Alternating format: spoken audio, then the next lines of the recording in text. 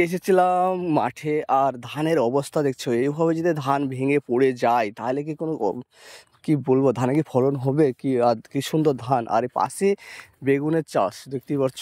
আর বেগুনের চাষকে অত সুন্দরভাবে করা হয়েছে যে বেগুনের গাছকে খাড়া করে রাখার জন্য একটা খুঁটি পোতা হয়েছে, বাঁশ পোতা হয়েছে, যেন বেগুনের গাছটা পড়ে না যায়।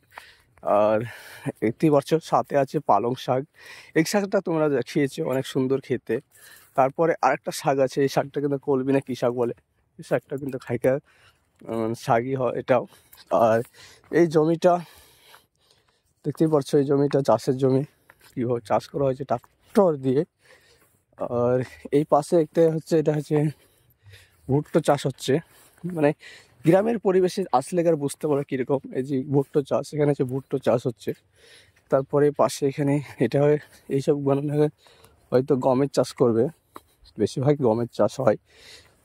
এখন গমের সিজন চলছে, গম বোনার সিজন চলছে। আর এদিকে ভুট্টোর সিজন।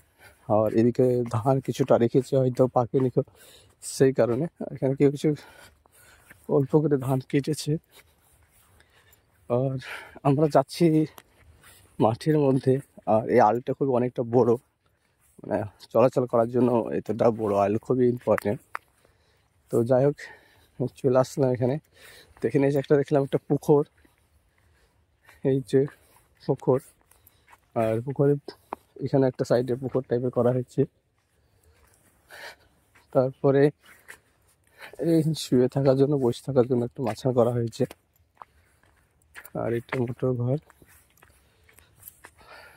মাঠের মধ্যে আসলে বুঝতে পারো কি সুন্দর একটা মাঠের দৃশ্য, আবহাওয়া, মানে না বললেই না। এখানে হচ্ছে ছোলার চাষ, যেটাকে আমরা বুট বলি। এই ছোলা, এই থেকে ছোলা হয়, ছোলা।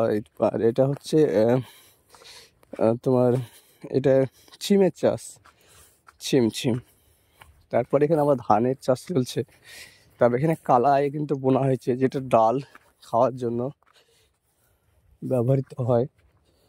এটা হচ্ছে ডাল চাষ। তো ওটা ডালের জমি।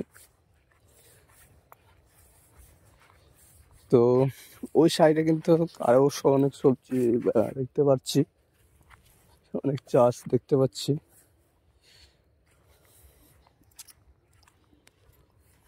আর তোমরা কে কোথা থেকে দেখছো, আর তোমাদের গ্রাম কীরকম, তোমাদের মাঠ কীরকম, দেখালেই বুঝতে পারবো। তোমরা কমেন্ট করে বলবে তোমরা কোথা থেকে দেখছো। আর আমি তো দেখলাম, এই দেখতে পাচ্ছ,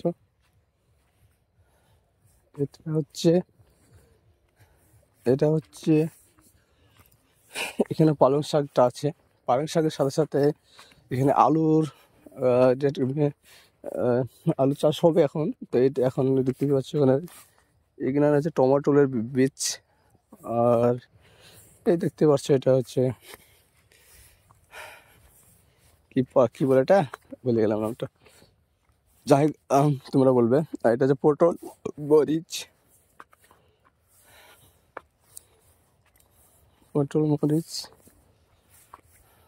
এইটা রায়ের চাষ।